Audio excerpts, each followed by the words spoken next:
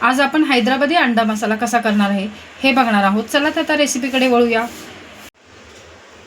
कोथिंबीरच्या काड्या घेतल्यात आपण, त्यानंतर बारीक चिरलेला कांदा, कसुरी मेथी, 4 हिरवी मिरची, आलं लसूणची पेस्ट, 1 टोमॅटो। आपण 5 अंडी ही शिजवून घेतलेली आहेत, जशी नॉर्मल अंडी शिजवतो त्या पद्धतीने। हळद, गोडा मसाला, मिरची पावडर, धनिया पावडर। ह्या 4 हिरव्या मिरच्या आता घेतल्यात आपण। तुम्ही तुमच्या आवडीप्रमाणे कमी जास्त तिखट करू शकता। परत ही कोथिंबीरच्या काड्या ज्या घेतल्या होत्या त्या पण आपण वाटून घेणार आहे। त्यानंतर कसुरी मेथी, टोमॅटो घेणार आहे आपण त्या वाटणामध्ये।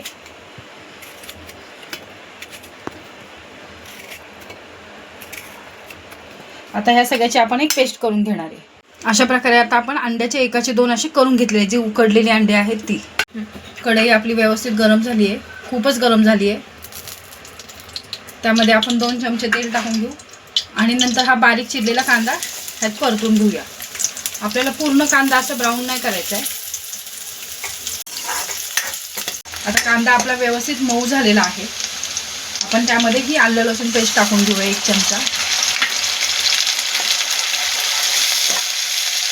आलं लसूण पेस्ट परतत असतानाच आपण त्यामध्ये जे आपण वाटण वाटलेलं होतं, टोमॅटो, कोथिंबीरच्या काड्या, हिरवी मिरची, ते पण टाकून घेऊया। आता आपण हे सगळे वाटण वाटलेले ह्याच्यामध्ये ॲड केलेले आहे। आता आपण त्यामध्ये जे आपले कोरडे मसाले आहेत ते टाकून घेऊया। हळद घेऊया थोडीशी, लाल तिखट 1 चमचा, धनिया पावडर 1 चमचा आणि गोडा मसाला 1 चमचा। तुम्हाला हवं असेल तर ह्यामध्ये काळं तिखट सुद्धा तुमचा घरचा काळा मसाला वापरू शकता आणि चवीपुरतं मीठ।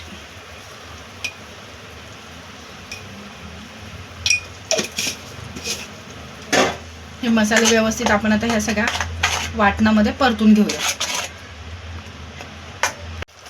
आपला मसाला एकदम व्यवस्थित कडला आहे बघा, त्याला तेल पण सुटलेलं आहे मसाल्याला आपला एकदम व्यवस्थित। जेव्हा त्या मसाल्याला कडनी तेल सुटतं याचा अर्थ काय की तो व्यवस्थित परतला गेला आहे तेलामध्ये किंवा शिजला आहे असंही म्हणू शकता तुम्ही। आता ह्यामध्ये आपण ही अंडी सोडून घेणार आहे एक।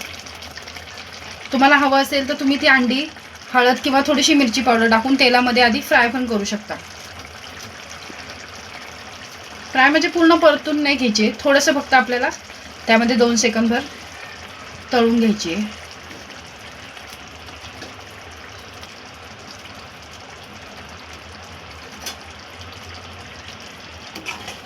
हलक्या हाताने ही मसाल्यांमध्ये मिक्स करायची।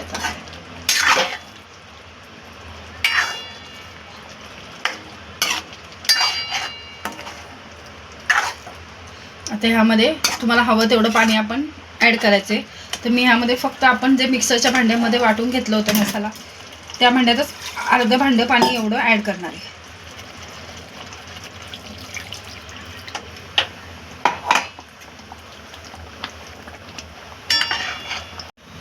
आता आपण ह्यामध्ये अर्धा मिक्सरचं भांडं पाणी ॲड केले। आता आपण ह्याला एक छानपैकी एक उकळी काढून घेऊया।